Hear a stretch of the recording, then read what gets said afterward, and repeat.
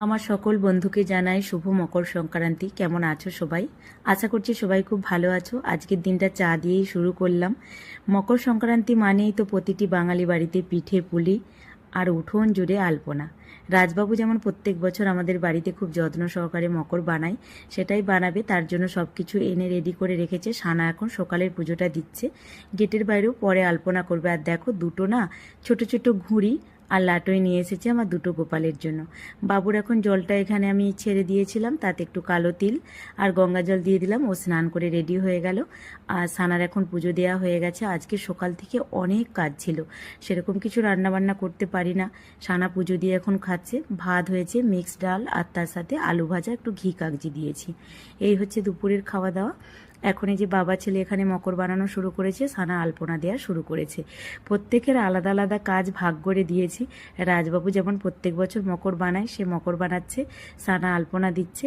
আর এদিকে আমি এখন পিঠে টিঠে বানাবো। তবে রাজবাবু বলল যে ঘরের বউকে আজকে একটু চাল কিন্তু কুটতে হয়, তো হামাদিস্তাতে, সেই জন্য আমাকে একটু দিল। তো আমি একটু হামাদিস্তাতে চালগুলো গুঁড়ো করে দিচ্ছিলাম।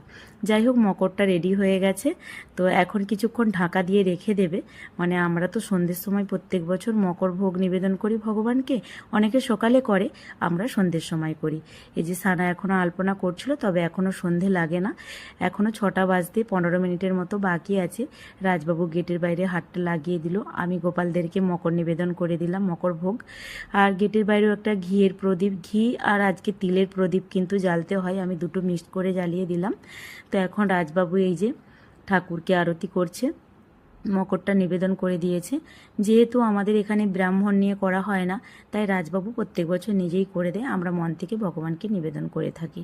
যাই হোক, মকর নিবেদন করে দেওয়ার পর বাবা ছেলে দুজনে মিলে চলে গেল ছাদে ঘুড়ি উড়াতে। আর সানা দেখো আলপনাটা আজকে এত সুন্দর যত্ন সহকারে দিয়েছে। আসলে আমি না ছোটোবেলায় কুলো, তারপর পুয়া, নারিকেল গাছ, মই, এগুলো সব আঁকতাম। তো আমরা উঠোন জুড়ে না সারা দুপুর থেকে লাগতাম, একদম সন্ধে হয়ে যেত আলপনা দিতে। তো সেটাই সানাকে শিখিয়েছি। সানাও না সেইভাবেই করার চেষ্টা করে। আর আজকে আলপনা খুব সুন্দর দিয়েছে। তারপর ছাদেও ঘুড়ি উড়াতে গেল, ঘুড়ি উড়ছিল না, সেই নিয়ে হাসাহাসি হচ্ছিল। এসে সন্ধে আরতি করলাম।